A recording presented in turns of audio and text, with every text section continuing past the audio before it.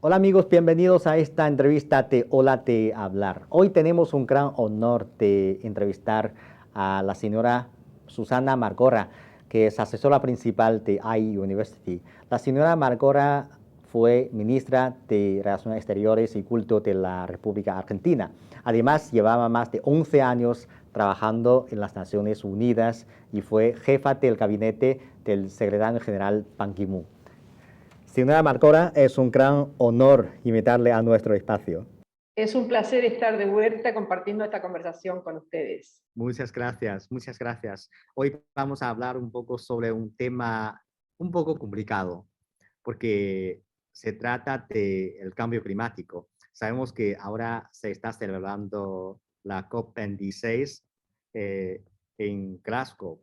Entonces, mucha gente dice que esta conferencia es una de las conferencias más importantes en la historia humana. Todos sabemos que el cambio climático hace 30 años era un concepto casi desconocido para la mayoría de la gente, pero ahora ya se ha convertido en una crisis humana, una crisis muy apremiante para todo el ser humano. Entonces, ¿de, de qué manera refleja la importancia de la conferencia de COP26? ¿En qué consiste la conferencia, la importancia? Bueno, definitivamente el cambio climático es un tema central para la humanidad. Yo diría que es un tema de esos que se plantean como disyuntiva de vida para la humanidad. Después de como ustedes saben, o probablemente la audiencia no lo sepa, y quiero enfatizar, todos los años se produce una reunión del tema de cambio climático, la COP. De hecho, esta es la COP 26, que nos lleva a discutir anualmente la actualización de los compromisos de cambio climático. La más significativa que tuvimos hasta ahora fue la de París, que fue en el 2015, donde se firmó el Acuerdo de París y donde se firmó el compromiso por parte de los países en reducir el calentamiento y se establecieron metas para ellos. Lo que esta COP tiene de significativo es que tenemos que empezar a ya darnos cuenta de que primero esos compromisos que se establecieron en París no son lo suficientemente ambiciosos en muchos aspectos, entonces poner aún más presión sobre mejorar esos objetivos, esos compromisos, y segundo, medir los resultados hasta ahora y ver cuánto es la mejora de compromisos que los Estados miembros pueden llegar a hacer. Entonces, es un momento pivote en el cual tenemos que ver cuánta ambición adicional se logra a partir de esta reunión en Glasgow. Muchos dicen que en esta cuestión estamos corriendo en desventaja, que estamos atrasados respecto de lo que debiéramos hacer, y este punto que Glasgow representa, por supuesto, es un hito para darnos cuenta si esto es así o no. Claro, claro. Y los países del Grupo de los 20, yo creo que tenemos este consenso de que ellos son un factor fundamental para fomentar este asunto. Y por eso, durante la cumbre del G20, que se celebró un poco antes de la COP20, 26, mucha gente tenía expectativas de que ellos puedan llegar a unos consensos sobre este tema, pero según su observación, se ha salido unos señales positivas durante la cumbre del G20. Bueno, yo diría que, como siempre en estos casos, uno puede ver el vaso medio lleno o medio vacío. Es decir, claramente ha habido algunas señales, por ejemplo, el acuerdo que sellaron para limitar el calentamiento global a 1,5 grados a finales del siglo, el hecho que se haya podido plasmar ese lenguaje es importante, porque hasta ahora no había acuerdo en plasmar ese lenguaje. Ahora, poner ese lenguaje con un objetivo de fines de siglo lo pone demasiado distante. Yo creo que la mayor tensión que nosotros estamos viendo en este momento es la tensión entre la visión de largo plazo donde cada vez hay más consenso en objetivos, como le digo, este del G20 es un paso en la dirección correcta, pero la urgencia, la medición de corto plazo, los objetivos más cercanos, son los que se ven menos factibles. Entonces, esa tensión es la que nos preocupa. El G20 ha logrado un acuerdo, hay que reconocerlo, hay que aplaudirlo, pero también hay que reconocer que esa ambición es una ambición limitada. Sí, la ambición es importante, pero a veces las acciones deben ser más importantes porque, a mi entender, existe unos problemas antes, es la acción de los diferentes países. Por ejemplo, las promesas de los países desarrollados de proporcionar financiamientos climáticos a los países menos desarrollados. Pero recientemente he visto muchos reportajes de diferentes países, de medios de comunicación, dicen que no ha cumplido estas promesas. Claramente, uno de los grandes temas en el cambio climático es el tema de la responsabilidad.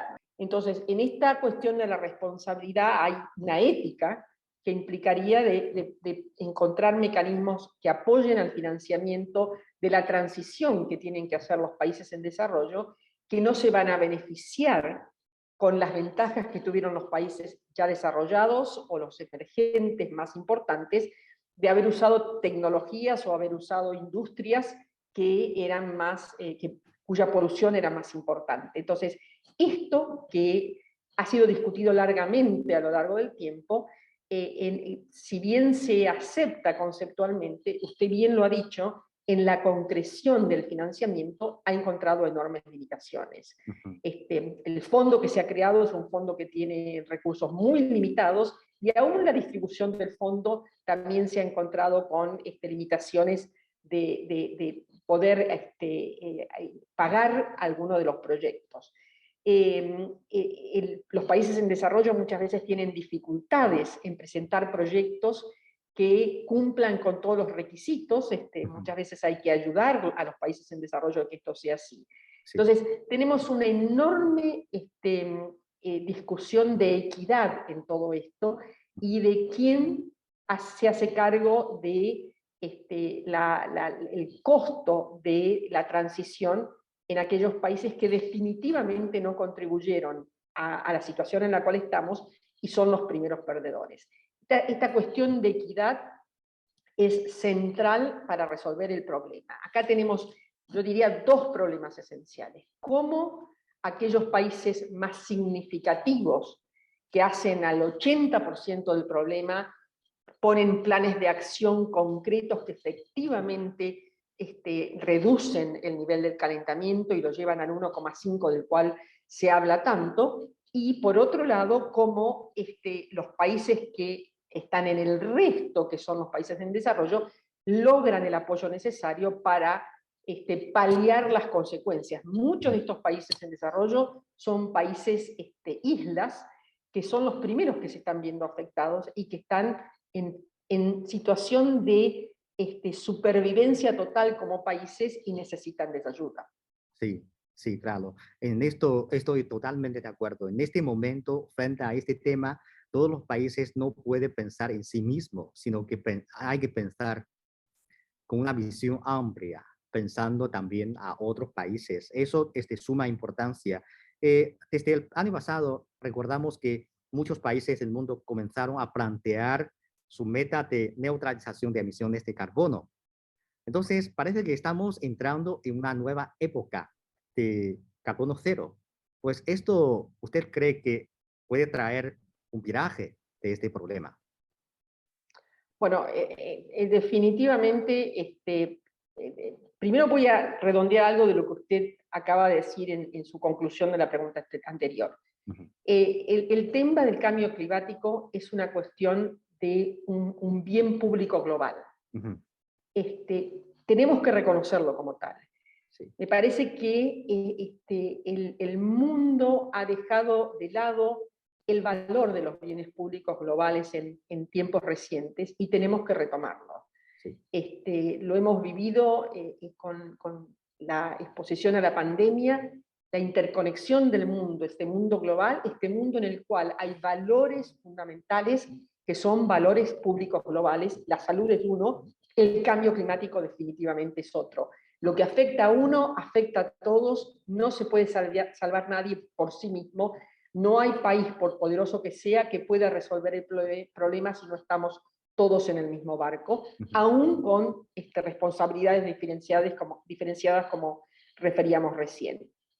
En cuanto a la neutralidad de carbono, es sin duda un elemento fundamental. Es decir, el lograr esa neutralidad es absolutamente fundamental. En ese sentido, yo creo que es importante ver acciones concretas y de nuevo, acá menciono lo que hablábamos al principio, esa tensión que existe entre una visión a largo plazo que habla de 2060 o el fin del siglo XXI, y la necesidad de acciones de corto plazo, donde por supuesto la realidad de la crisis energética, de la demanda, encuentra a los países tratando de resolver cuestiones de corto plazo y muchas veces tomando decisiones que no favorecen esa descarbonización de la cual hablamos. La descarbonización es prerequisito, es necesaria, es fundamental, no es lo único, pero yo diría que sin eso es imposible avanzar en el resto de las cosas. Bueno, al final yo quiero plantearle esta pregunta. Yo creo que algo fundamental para lograr un progreso importante en frenar el cambio climático es que los países en vías de desarrollo y los países desarrollados tengan más confianza el uno y el otro. Pero, ¿cómo podemos, cómo podemos superar las como desconfianzas existentes entre los países desarrollados y los países en vías de desarrollo para que podamos lograr progresos en resolver este problema? Bueno, claramente este es un momento complejo para la humanidad en donde la confianza no es una condición que abunde en general. Usted lo plantea en términos de países desarrollados y países en desarrollo. Me parece que quizás sea aún más profunda la desconfianza. La desconfianza se da entre países en general. Por supuesto, un aspecto de ese es la quiebre entre desarrollo y en desarrollo. Creo que acá lo que se necesita es empezar a mostrar acciones concretas que, sobre todo los países en desarrollo, le prueben que algunos de los compromisos asumidos empiezan a aterrizarse. Y en ese sentido es el cambio climático, pero es el desarrollo sostenible en general, ¿no es cierto? La Agenda 2030 que está detrás de todo esto, en donde, como seguramente su audiencia sabrá, parte de lo que quedó pendiente de la Agenda 2030 es encontrar los mecanismos de financiamiento. De nuevo, volvemos a aquello que hablábamos recién con el cambio climático. Entonces, facilitar los mecanismos de financiamiento, facilitar las ayudas, la cooperación, me parece que es un elemento esencial. Me parece que la pandemia, el COVID, ha puesto esto en valor. Por ejemplo, es claro que hay una distribución totalmente inequitativa de las vacunas disponibles en el mundo, mientras que el mundo en desarrollo está muy lejos de llegar a vacunar a su población. El mundo desarrollado está alcanzando niveles importantísimos y está empezando una tercera vuelta de vacunación. Entonces, estas diferencias, estas inequidades, no contribuyen a generar una confianza, y me parece que, volviendo a algo que usted mencionó en una pregunta anterior, si empezamos a reconocer que estas cosas son bienes públicos globales, sí, que la interdependencia es tal que no hay nadie que se salve per se, que se salve solo, en este reconocimiento, en manejar la tensión de la prioridad doméstica con la prioridad del mundo, ahí tenemos alguna oportunidad de mejorar la realidad de los países y su confianza. Sí, claro. En este momento especial, queríamos pedir a todos los países, a todas las partes, a que tomen acciones decididas para enfrentar este problema, porque sin duda es una gran responsabilidad y también es una gran tarea, pero no tenemos opciones más que enfrentarlo. Muchas gracias por sus opiniones, por sus ideas. Muchas gracias. Muchas gracias a usted, siempre es bueno estar aquí y estar aquí con su audiencia también.